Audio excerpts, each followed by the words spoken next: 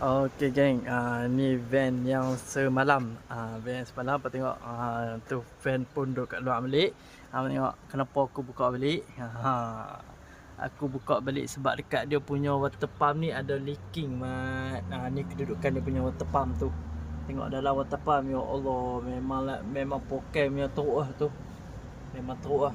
Dekat water pump dia punya lubang overflow tu dah bocor. Ni water pump dia. Ni water pump dah.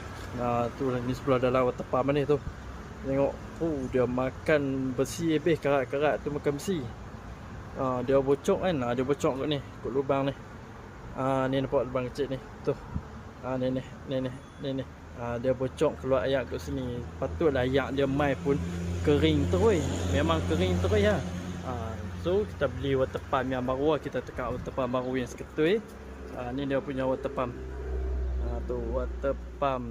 Ni water pump yang baru. Nampak C22 punya, band C22.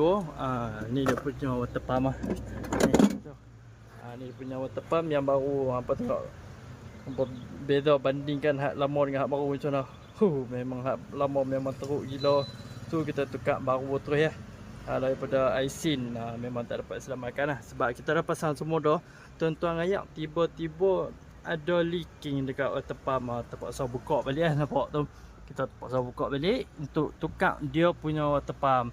Sekarang ni tak mau apa, aku nak settle yang ni je dulu. Nak settle yang ni bagi siap semua tu. Lepas tu kita on.